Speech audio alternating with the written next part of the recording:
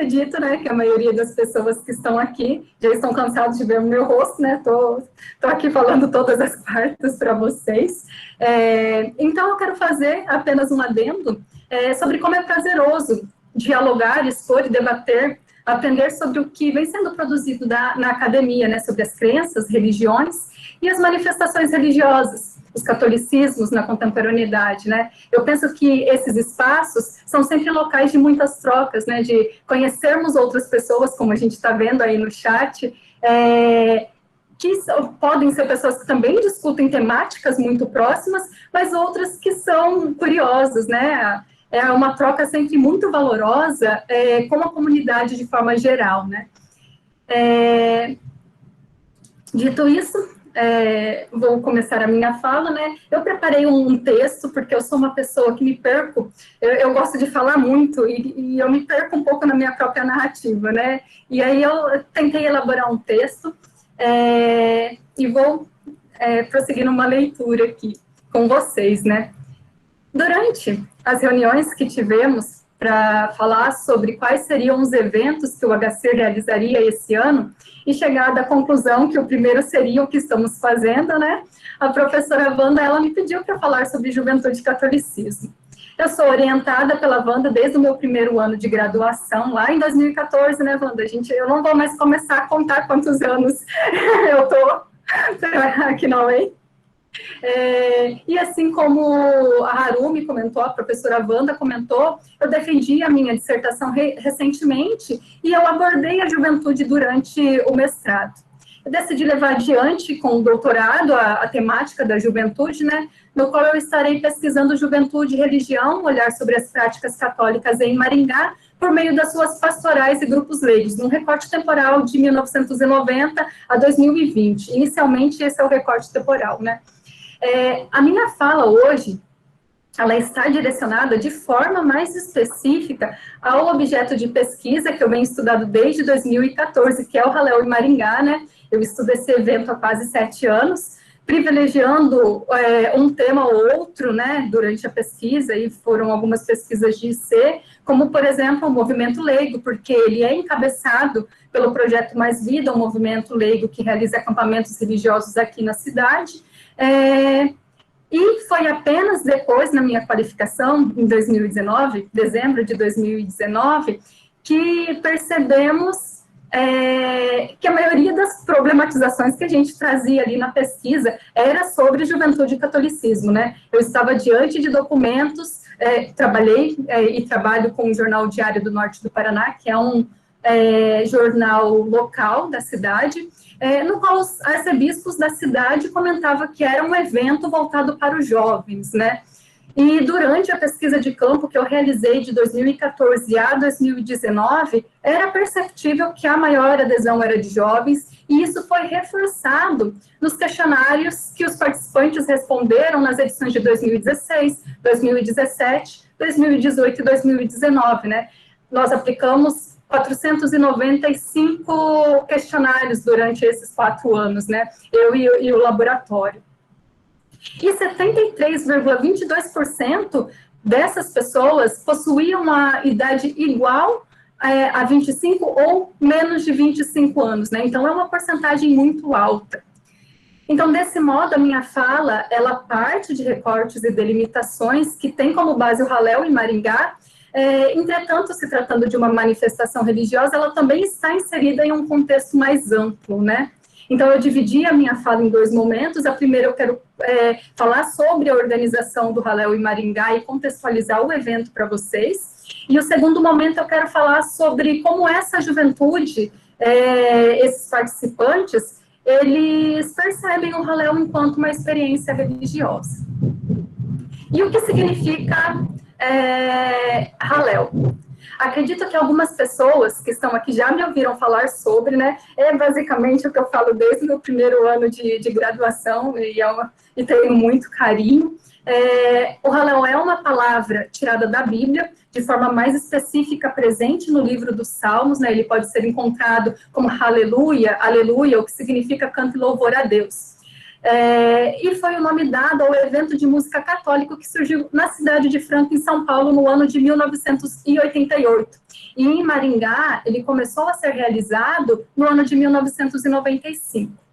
A edição na cidade de Maringá, ela teve o evento realizado na cidade de Maringá, teve a última edição realizada no ano de 2019, e ali entre 95 e 2019, totalizou 25 edições, né? Então foi de forma contínua, de 95 a 2019.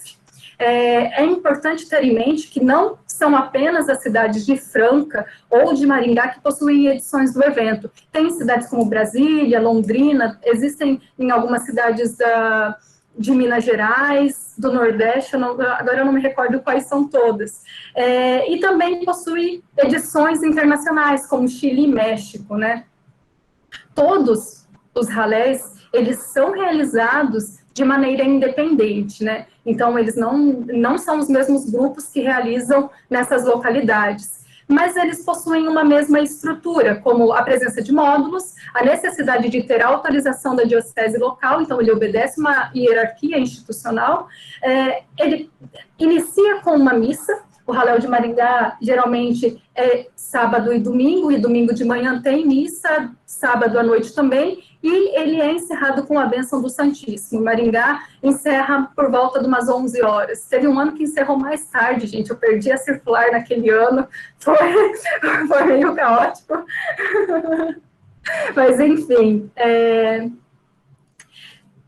voltando, o Raléu, ele teve a primeira edição realizada em Franca, em São Paulo, em 31 de julho de 1988, e foi um período em que o Grupo da Renovação Carismática Católica daquela cidade, a RCC, completaria 10 anos, né, na cidade.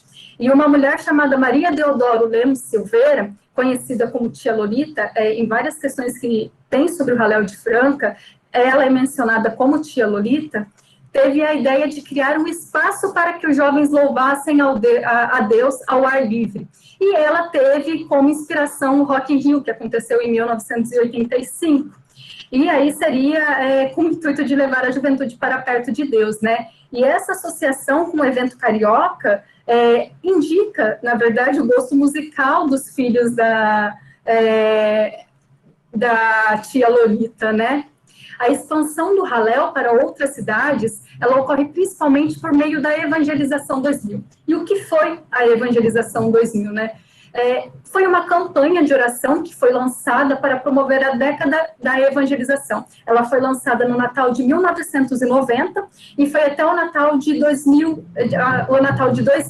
E a intenção era converter o máximo possível de católicos, reaproximá-los da religião, né? O projeto da Evangelização 2000 foi idealizado por um padre redentorista dos Estados Unidos, chamado Tom Forrest, em 1984, né? E a iniciativa ela foi aceita e aprovada posteriormente pelo Papa João Paulo II, em 1986.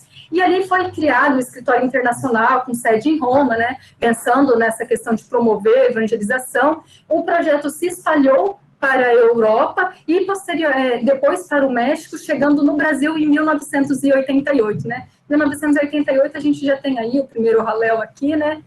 Em se tratando de Raléu em Maringá, por meio de uma das entrevistas de história oral que eu realizei em 2019, eu fui uma pessoa bem contida na questão de história oral, né? Eu entrevistei 4 pessoas, 4 organizadores do evento que são membros do projeto Mais Vida, que foi o Mauro Menegaso, uma pessoa que eu conheci durante o acampamento em 2018, né? O acampamento do projeto Mais Vida. Depois a Cilei Ganeu, que eu conheci ela durante 2014, que foi coordenadora geral do Raléu naquele ano, né? Ela foi a primeira pessoa com quem eu entrei em contato sobre o Raléu, e as outras 2 pessoas foram o Olavo Araújo, indicado pelo Menegaso, né? E depois também eu encontrei ele em algumas palestras do projeto Mais Vida, e o Alberto Haddad, que estava sendo vice-coordenador do Raléu em 2019. Dentre esses 4, o Olavo Araújo participou da Evangelização 2000. Na época, ele tinha em torno de 24, 25 anos, e E aí surgem duas questões. A primeira é o contato do Olavo Araújo com a ideia de acampamentos religiosos, que impulsiona a criação do projeto Mais Vida, e a segunda é a ideia do estabelecimento de relações com grupos de Franca, de trazer o Halel para Maringá. E aí, nesse período, ele também começa a namorar a filha da tia Lolita, idealizadora do Halel, né? Então, tem todo... Eles estabelecem essas relações com os grupos de Franca, né? Então, o Olavo, que tinha por volta dos seus 24, 25 anos, ele participou desses encontros da Evangelização 2000 e me narrou o seguinte: não existia nem o Mais Vida. Eu fui fazer um curso no seminário, na época era 2000, era a Evangelização 2000, que daí dá para a diocese, 6 cursos. Eu fiz 2 com eles. Eu fiz o FIGE, o Formação Integral do Jovem, e fiz o Formação Humana. Aí eu estava no almoço, no refeitório, e o pessoal falou assim: vai ter um acampamento aí. E eu falei: o que é esse acampamento? É um trabalho para evangelizar pela recreação. E eu falei assim: nossa, é isso mesmo? E como é? Barraca? É campo? E não tinha mais ficha. Aí eu disse: não, eu quero ir, eu quero ir, eu quero ir. E deu certo, consegui uma ficha e fui acampar. Aí, em julho, nós fomos capacitados. Nós fomos capacitados para Franca, e quem nos capacitou foi o Martim Valverde. Ele conduziu a fogueira. E aí, em 92, em outubro, a gente fez o primeiro acampamento. Fomos para Franca, aí em 92 juntou um grupinho pequeno lá, e fizemos o primeiro acampamento. E aí começou o acampamento. E, na verdade, Mais Vida, ele nasceu depois do acampamento, entendeu?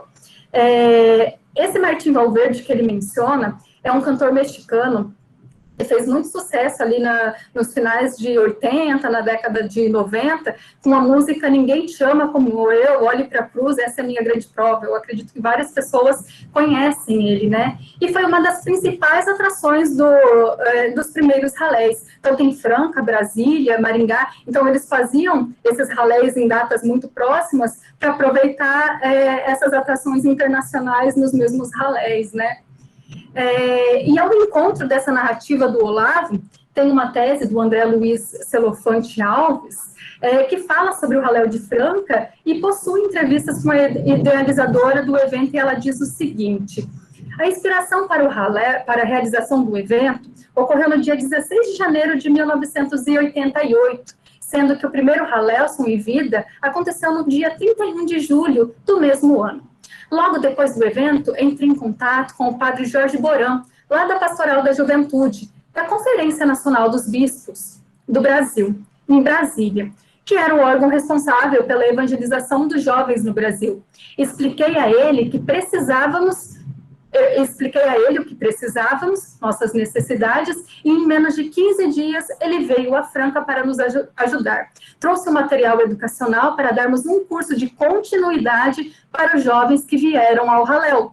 O curso denominava-se Formação Integral do Jovem, o FIGE, o mesmo que o Olavo Carvalho fez durante a Evangelização 2000 depois, né? Então, vocês percebem que esse curso tem continuidade.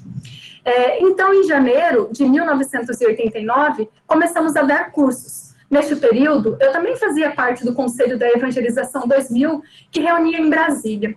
Em um dos primeiros encontros do Conselho, uma evangelizadora do Rio de Janeiro estava oferecendo um método inovador de evangelização em formato de acampamento, que ela havia conhecido no México. Na ocasião, os demais membros do Conselho, que pertenciam a diversas cidades, não se interessaram. Ela falou que era para jovens e me interessei na hora. Queria o acampamento sem mesmo ter a noção do que era. Disse: estamos querendo coisas novas para jovens. Sobre esses acampamentos, em Maringá, o Projeto Mais Vida, ele oferece, desde de 92, para pessoas acima de 20 anos, de 21 anos, né? Então, eles não aceitam pessoas abaixo dessa idade. E não são apenas jovens que participam, pessoas de várias idades, acima de 20 anos, participam. E ali, os campistas, eles vão a um local afastado da cidade, né? Eles acampam, eles realizam dinâmicas, e após as dinâmicas há uma condução de partilhas, de experiências, né? Então, é uma dinâmica de formação de grupos, esses acampamentos. Quando a idealizadora do Hallel, ela convida o Olavo para realizar o evento em Maringá em 1995, ele aceita o convite e ele comenta que só aceitaria o convite desde que os demais membros do Projeto Mais Vida também apoiassem a ideia, e, sobretudo, que tivessem a autorização do Dom Jaime, né?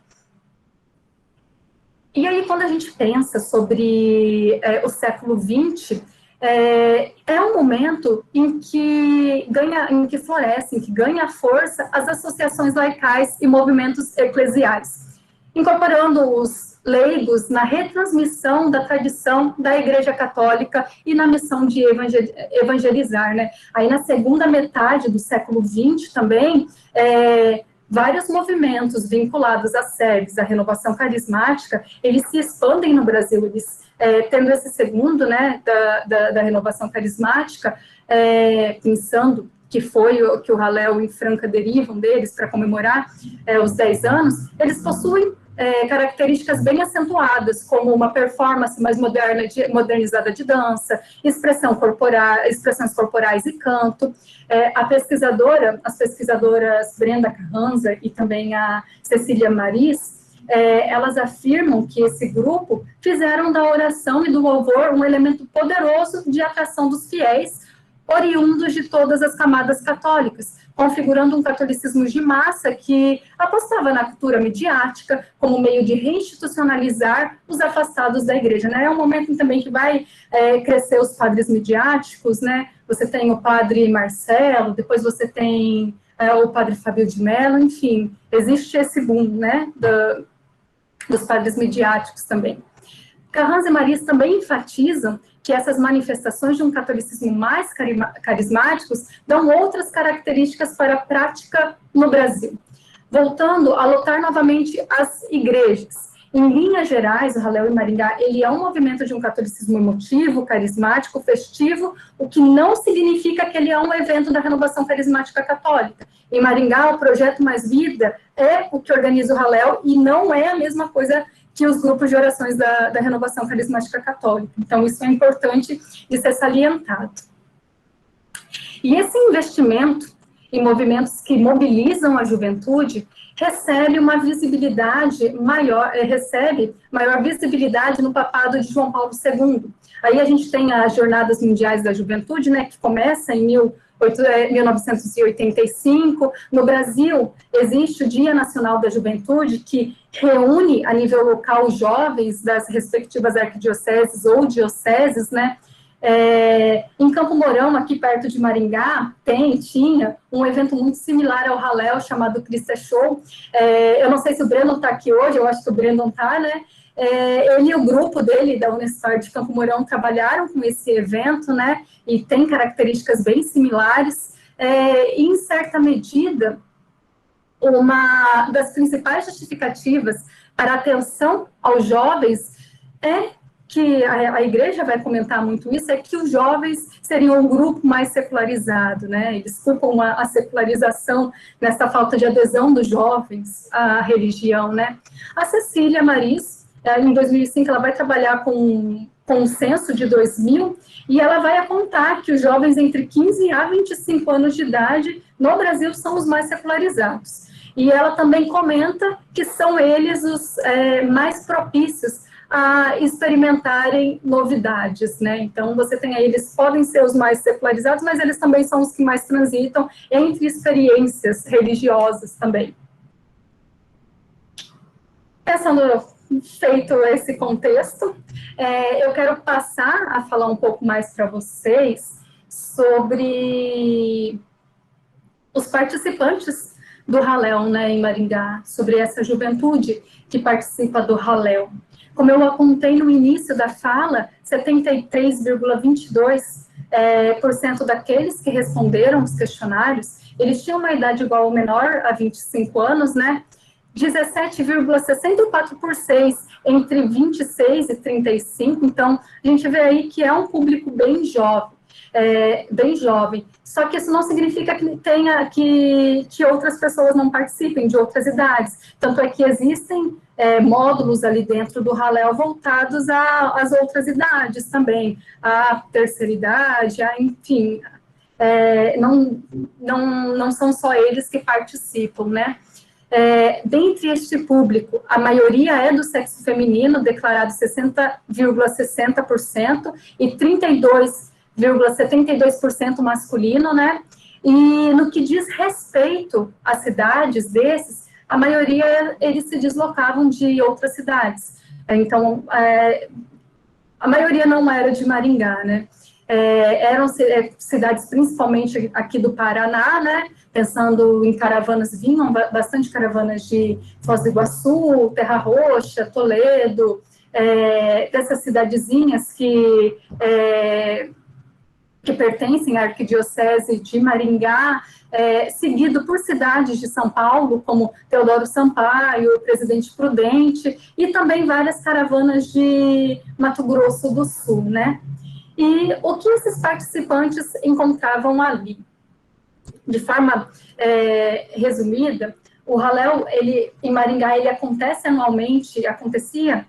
anualmente em um final de semana pré-determinado, no Parque de Exposição Francisco Feio Ribeiro. Esse Parque de Exposição é um local em que várias festas e eventos de Maringá são realizados. Festas como a Expoingá, que é o aniversário da cidade, que acontecem vários shows, os principais e maiores shows na cidade acontecem ali no parque, as colações de graus acontecem da Universidade Estadual de Maringá ou da Unicesumar acontecem ali no parque também, então é um espaço bem amplo, é um espaço bem grande, né?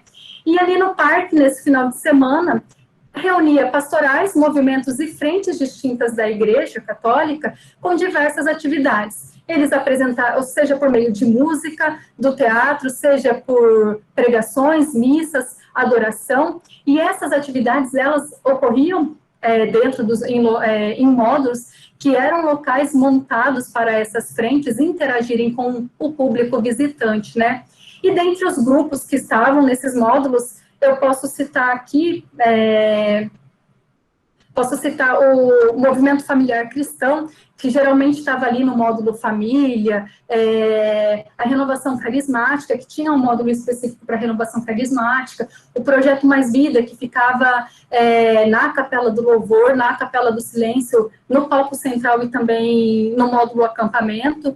Aí tem o módulo teatro. O módulo teatro era um módulo que um padre chamado Padre Gustavo, aqui eu acredito que ele esteja em Sarandi, é um padre que desenvolve trabalho com juventude, com a pastoral dos adolescentes, se eu não me engano, com a pastoral da juventude. Então, ele ele cuidava desse módulo teatro.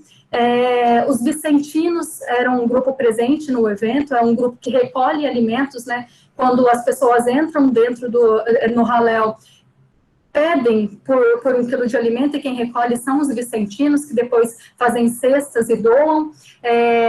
O IAN, que é a Infância e Adolescência Missionária, enfim, existiam vários grupos ali, né, apresentando nos módulos. E alguns dos módulos que eu posso citar é o módulo Maria, o módulo Família, Namoro, Halelzinho, Pregadores, o módulo do Rock, tinha o módulo Confissão também, o módulo Jovem, o módulo Arte, o Palco Central, a Capela do Louvor e a Capela do Silêncio. Então, a gente pensa assim, chegando ali no Parque de Exposição no domingo, de manhã, pela manhã, né, para a missa inicial, a entrada do parque tinha várias, geralmente tem muitas vans ali que param, muitos ônibus de outras cidades, e ali é tomado de jovens, ali é tomado de pessoas que estão com camiseta de evento. Isso é extremamente interessante, porque são pessoas que vestem camiseta dos seus grupos de oração, que vestem as camisetas das caravanas de onde eles vêm, que compram a camiseta do evento. As camisetas do evento são vendidas para poder bancar o próprio evento, né? Enfim, aí de manhã, um monte de jovem entrando no parque de exposição. E durante o dia, esse fluxo vai aumentando. E isso vai ser muito perceptível nos shows finais. No show final, você percebe um monte de pessoas, e é o momento em que mais tem pessoas, né? E ali eles transitam durante o dia, entre os módulos, seja cantando, dançando, orando, ou ficando em silêncio na capela do silêncio, participando das palestras, ali nas praças de alimentações, eles participam também das missas, enfim,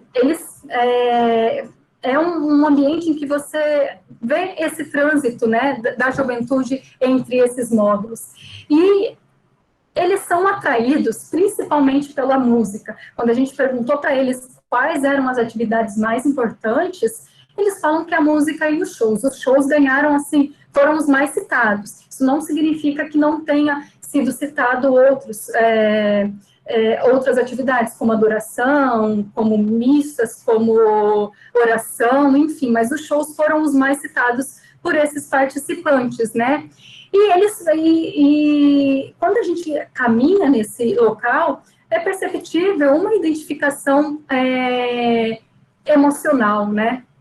O público, ali no Halel, ele já chegou a atingir 100 mil participantes, 150 mil em 2 dias de evento, né, transitando por este espaço, e nas últimas edições foi perceptível uma diminuição de público, chegando a uns 70 mil, 50 mil, mas o que ainda é um público bem considerável, né?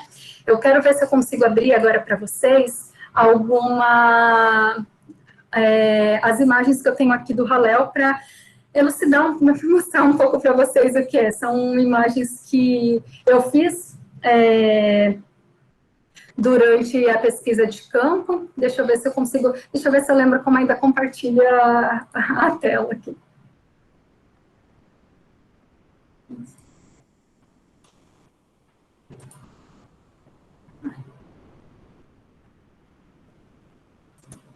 Aqui não vai.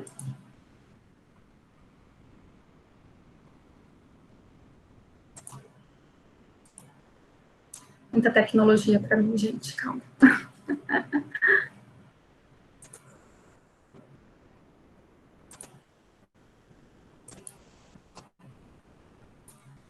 Está aparecendo a imagem para vocês?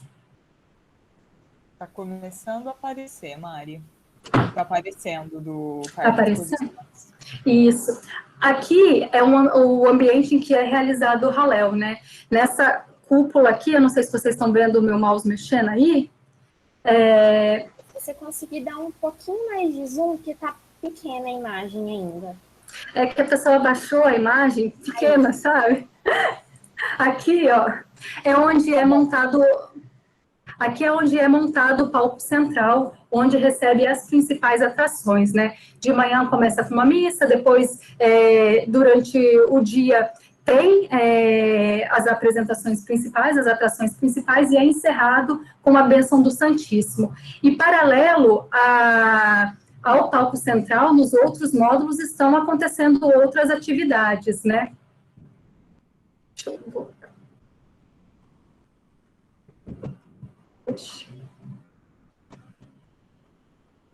Será que eu não consigo passar?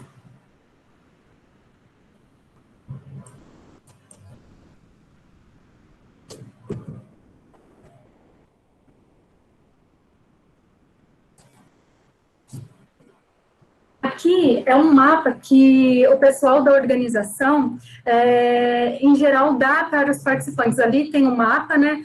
Percebe que aqui tem a arena central, aqui eles colocam quais são os módulos, e nesse panfleto, né, tem as programações que vão acontecer durante o dia todo, né? Então, ali tem todas as programações, horários, quais são os artistas, quais são as atividades. Aqui, uma foto bem ruim, né, mas é o que tínhamos. Aqui é a entrada do Halel, ali é montado lugares para vender artigos religiosos, algumas congregações religiosas participam nesses lugares, expõem também suas atividades nesse lugar. Essa é a Capela do Louvor, né, a gente vê a exposição do Santíssimo. Aqui é uma missa realizada no domingo de manhã. Começa lá sempre é marcado pelas 8, mas começa umas 8h30. Aqui ainda é a Capela do Louvor, Capela do Silêncio. Esse é o módulo dos pregadores. Então, assim, algumas fotos estão bem lotadas, mas existem alguns momentos durante o dia que determinados módulos não tem quase ninguém, eles se concentram em um outro módulo, enfim. Depende a atividade do módulo, né? Aqui é o módulo Namor. Aqui é o módulo Rock. O módulo Rock nas últimas edições não teve, nas últimas 2 edições. Essa foto é de 2015. O módulo Maria, o módulo Halelzinho. Essa é uma das fotos que eu mais gosto, né, que é um momento do show. E aqui já é quase terminando, os shows principais, já é quase terminando o evento, né, das últimas atrações, e a gente percebe quantas pessoas tem aí, e é o momento em que mais lota o ambiente. Não é nem o encerramento com o Santíssimo, e sim essa última atração. Nesse ano eu acredito que esse daí seja o Tiago Brado, mas nesse ano eu acho que a principal atração era o Ministério de Adoração. Esse é o momento em que os participantes eles estão vendo shows, né? Esse é o momento do encerramento do Halel, que é com a bênção do Santíssimo. E a última foto é na bênção do Santíssimo, né? Então, as pessoas ajoelhadas. Deixa eu interromper. Então, eu trouxe essas imagens para vocês, para a gente ter um pouco de visão do que é o Halel, né? Eu lendo o comentário aqui quando podia aglomerar, verdade, verdade. Saudade de poder aglomerar, né? A gente vê as imagens e fica com vontade mesmo. Quando eu busco compreender essa manifestação religiosa, eu parto principalmente de uma autora chamada Danielle Réville-Léger. O texto dela, O Peregrino e o Convertido, suscitam questões bem interessantes e importantes para quem estuda catolicismo, para quem estuda juventude. Ela analisa jovens na Jornada Mundial da Juventude, né? E também ela analisa jovens que participam ali de encontros na comunidade de Taizé, na França. E ela também vai discutir a modernidade, que ela vai tratar a modernidade referente à teoria da secularização, né? Racionalização do conhecimento, em tese a separação da religião e o Estado, e a demarcação de uma crise nas instituições tradicionais. Então, ela traz a modernidade como isso, né? E aí, essa crise institucional, essa crise nas instituições tradicionais, não se refere apenas à religiosa. Ela comenta também que refere ao Estado, refere à família, e também refere-se à educação, né? E isso, no cenário religioso, vai resultar em formas individualistas de crenças, né, que se caracterizam pela pertença confessional a mais de uma religião, por exemplo, ou ainda pela busca de diversificação na experiência religiosa, especialmente entre os jovens, né. Então, ela vai comentar que, geralmente, na modernidade, na religião, na religiosidade contemporânea, é demarcado por uma confissão a mais de uma religião e também a diversificação na experiência religiosa. A questão das crises nas instituições tradicionais é bem interessante quando a gente pensa sobre como esses jovens chegam a movimentos como o Halel. Raramente está vinculado a uma transmissão familiar, por exemplo, mas sim dos grupos que esses jovens pertencem, ou por meio de amigos. Então, nos questionários, eu perguntei para eles como eles ficavam sabendo do Halel, e a maioria comentou que foi ou por um amigo, ou pelo grupo de jovens ou de oração que eles pertencem. Então, não está vinculado a essa tradição, a um parentesco familiar, né? Então, se a gente for perceber que são jovens dialogando com jovens, a gente pode pensar que é uma juventude que movimenta-se dentro do catolicismo, né? E que também pode ser caracterizado por um sentimento comunitário. Sobre a pertença confessional, 98% dos participantes do Hallel, eles se declararam católicos. Então, apesar de ser aberto para o público em geral, 98% respondeu que eram católicos. Desses 98%, 91% ressalta que nunca participou de outra religião. Agora, já no que tange o sentido de busca de diversificação na experiência religiosa, é bem marcante, né? Seja pelo fato desses jovens apreciarem a diversificação de atividades no módulo, seja na questão de encontrarem na música e nos shows uma forma menos tradicional de ser católico, como, por exemplo, a participação obrigatória, a participação nas missas, né? Então, alguns participantes, eles vão comentar que se atraem pelo Hallel porque eles percebem como uma forma menos tradicional, menos maçante da religião.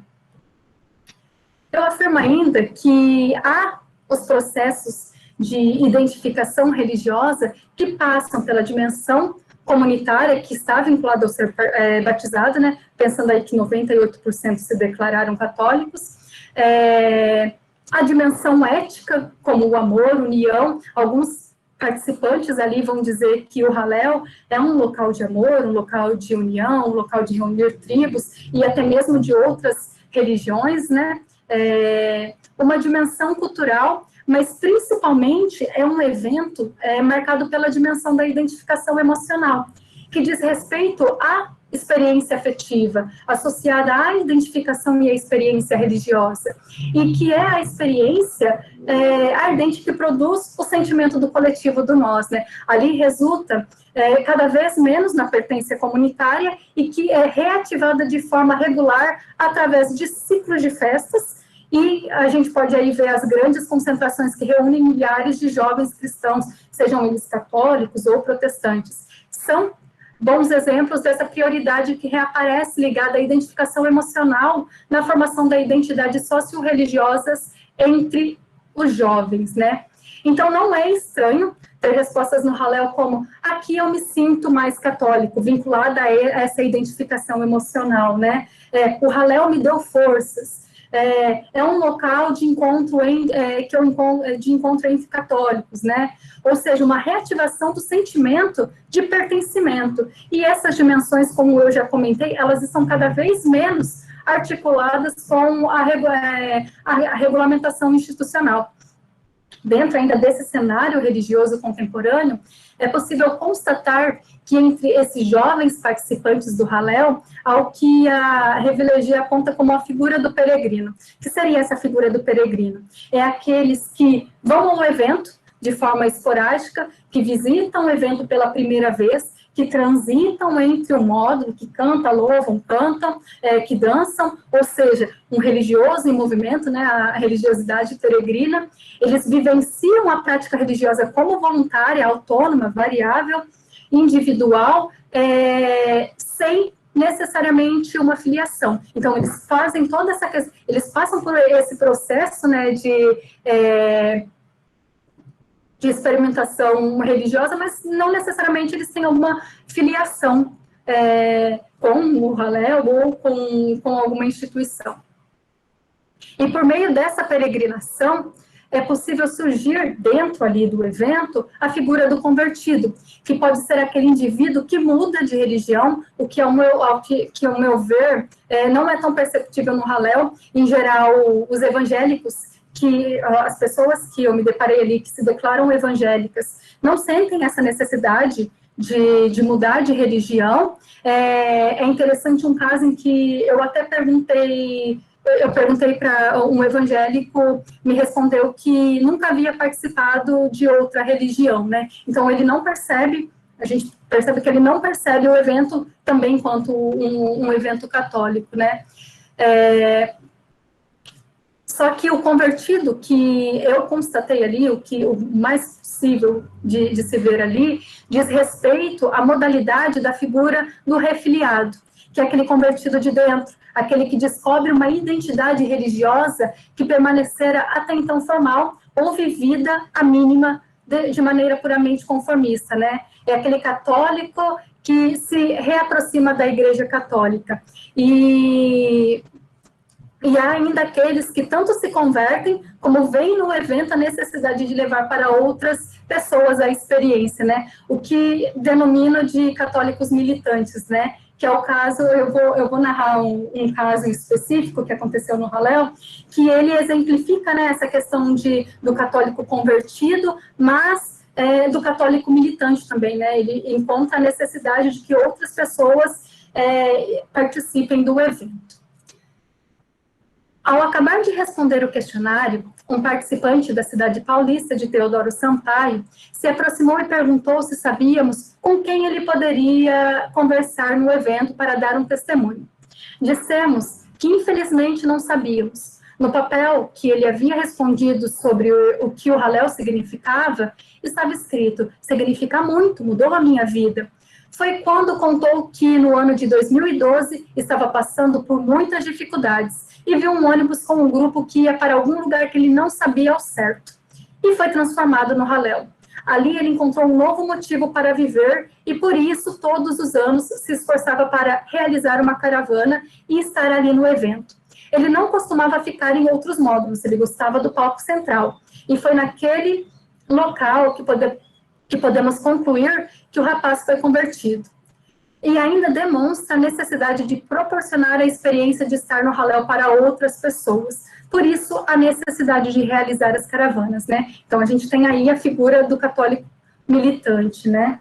E essas impressões narradas acima, elas não são compartilhadas por todos ali, né?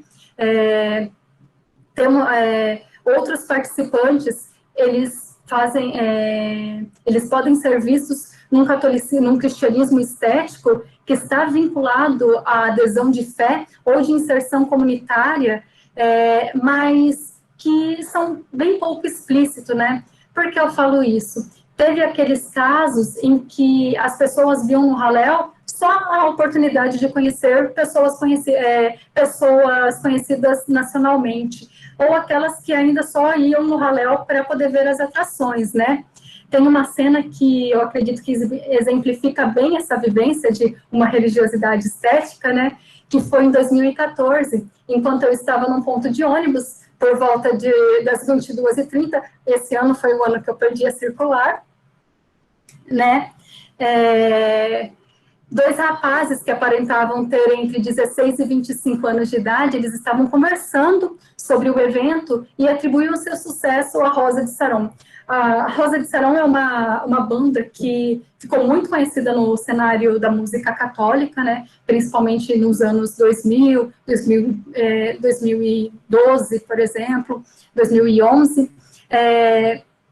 E naquele ano ela foi uma das principais atrações. E aí o menino falou bem assim, o menino de 15 anos, de 16 anos, falou bem assim para o outro: você viu, todo mundo foi embora quando a banda terminou de tocar, afirmou o primeiro, ao que o outro acenou em concordância. E ele fez essa referência porque, em geral, as principais atrações artísticas, elas ficam por último e, posteriormente, é encerrado com a procissão do Santíssimo, né? Ou seja, Jesus caminhando entre as pessoas.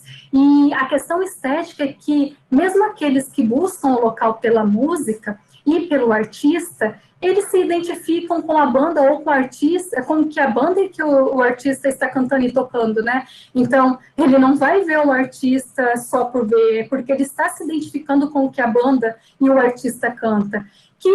E as canções, em gerais, elas estão vinculadas à questão do amor de Cristo, à Igreja Católica, a Maria, à superação, aos sentimentos, enfim, não é difícil a gente achar, enquanto as pessoas estão participando do evento, uma das imagens mostram isso, as pessoas num sentido de estado orante mesmo, se emocionando com a música, com as mãos levantadas, com os olhos fechados, ou chorando enquanto uma música toca, né? Então, são formas do corpo em oração que também estão presentes em ritos como a adoração e a bênção do Santíssimo. Uma outra questão que há participantes ali que respondem que não participariam da bênção final, ou porque suas caravanas iriam embora, né? Embora antes, ou ainda aqueles que enfatizam: eu não me sinto atraído pela bênção final, ou eu não concordo com tudo que eles dizem, né? Então, vocês percebem que existe essa questão individual, né, do que a pessoa se identifica. Só que a presença dessas respostas e escolhas de vivências e experiências religiosas não significa a ausência daqueles que enfatizam, por exemplo, que o rito da bênção final do Santíssimo é o momento mais importante do evento, que é o momento em que sente a maior presença de Deus, que se sentem emocionados, que se sentem arrepiados, que o Halel é uma festa para Jesus, então o ápice é aquele momento, né? O que reforça a ideia das trajetórias individuais das crenças contemporâneas, né?